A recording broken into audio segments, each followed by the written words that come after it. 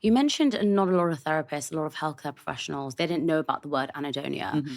Did a lot of them know about high functioning depression? Well, high functioning depression is not yet recognized by the medical community because, again, Wow. when you look at depression and the symptoms, you have to meet the criteria of having symptoms of depression, right? Like poor mood, low sleep, anhedonia, lack of pleasure, like we Hmm. talked about, all these symptoms of depression. And then at the very bottom, you have to lose functioning or you have to be in distress. Well, if you don't check those two boxes, You don't have it. you don't have clinical depression. Yeah.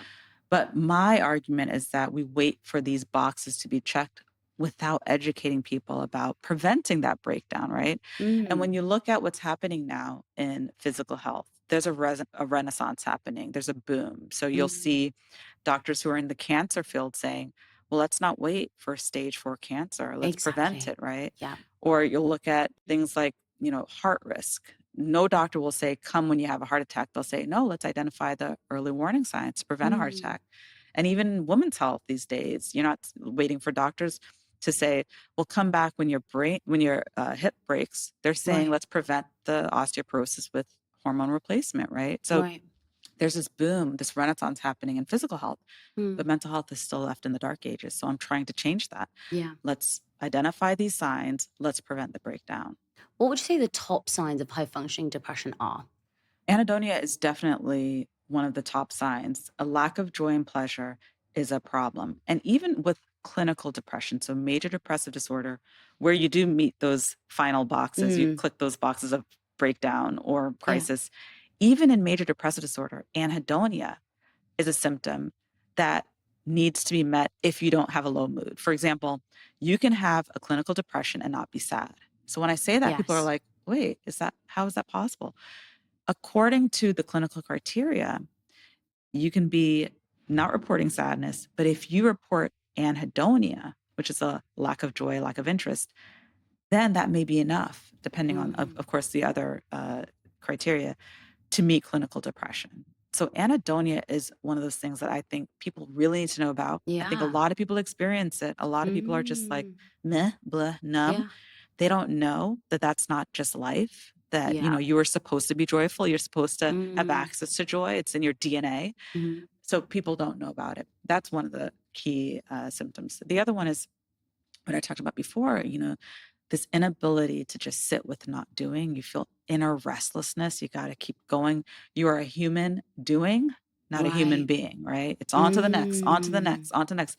And you know it's not right. You know you're Right. supposed to be slowing down, but you just can't. There's something unresolved. Maybe it's unworthiness. Maybe you Mm. feel as if, well, if you don't do all these things, you're not lovable.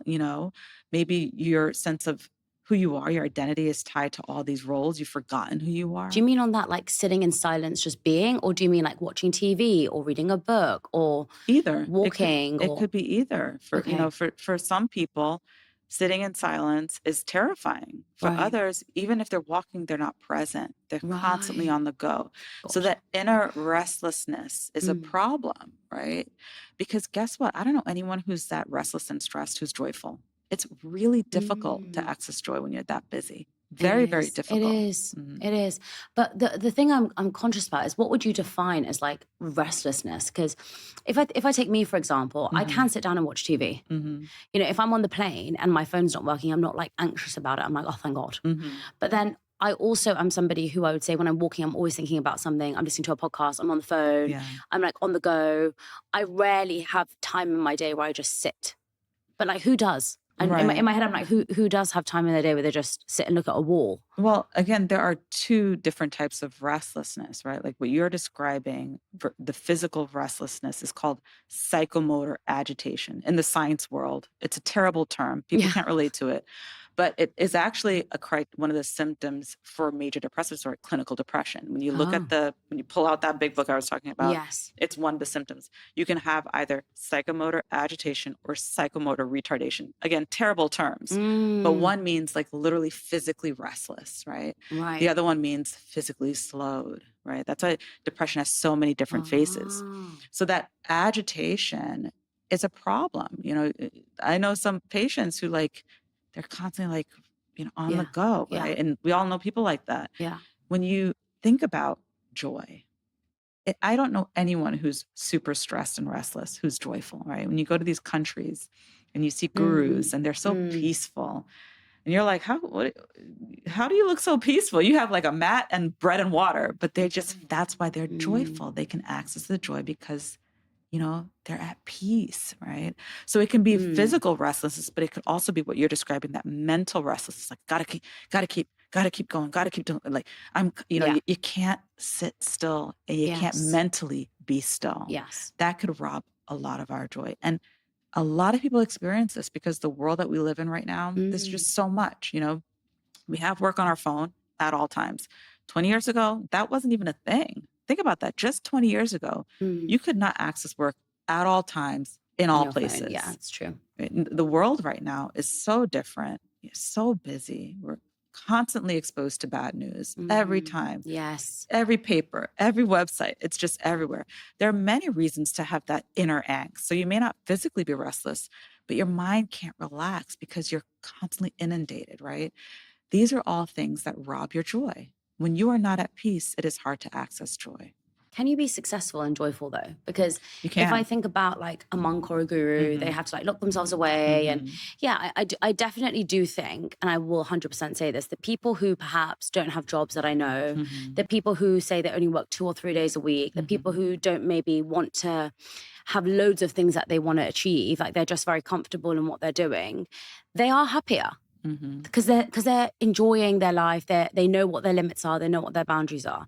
However, at the same time, if you look at some of the most successful people who are always pushing themselves, doing new things, like you've just gone on a book tour, you're flying into yesterday, you're flying out tomorrow. How can you be joyful if you're really successful? Well, you know how I told you that there are two differences. There's happy and there's joy. Right. So what you're describing is that person who's constantly chasing happy, right? Constantly chasing this idea. Yeah. I want to be the boss babe. I want to be, the person who's at the top of the whatever, Yeah. And that's what they're identifying as being happy, but they're getting those things and they're still not happy, right? The person who's able to chase those things, but also experience daily joy. That's where it is. That's the sweet spot. So in the science, when you measure these daily points of joy, it's okay when you ate your food, were you eating in front of your calendar and not tasting it, right? Because you were like looking at what you had to do next. Were you able to close the laptop and just like, that tastes spicy. Oh, I like that. They put raisins in here today, right? Yeah. You got a point there. Or in an hour from that, were you able to actually talk to your friend face to face without looking at your phone and like laugh and have a moment, right? All of those little things add up to this idea of being truly happier.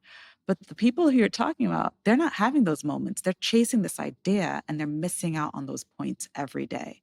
So when I have these busy CEOs, these wealthy people who come into my office and they're joyful, sometimes it's followed by someone who's a busy CEO who's very wealthy, who's not joyful. And when you ask these people about their day, you ask one, what did you eat for lunch today? I had the greatest wrap. It had this and that. And the other person's like, I had coffee, right? So you see that you can have that success and access the daily joy if you're intentional about it and motivated to do it. And if you don't value that, you're going to be chasing happiness without having joy. Isn't that just gratitude though? It's not just gratitude. Gratitude is different, right? Oh, why? So joy and happiness when you measure it, has different sensations, right? Gratitude is one of those. Okay. When you look at, I use children often as an example because I treat children, adults, adolescents, elders. You show children emotions on a face chart.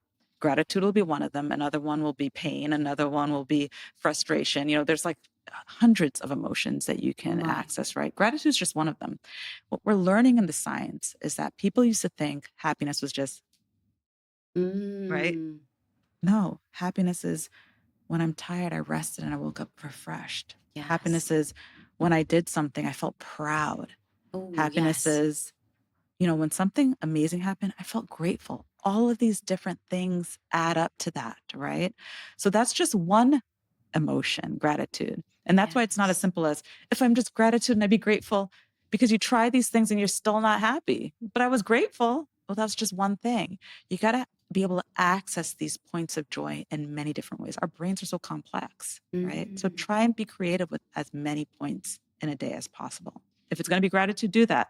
If it's going to be rest, do that. If it's going to be calming your stress, do that, right? These are all different ways to become happier over time. Add up those little points.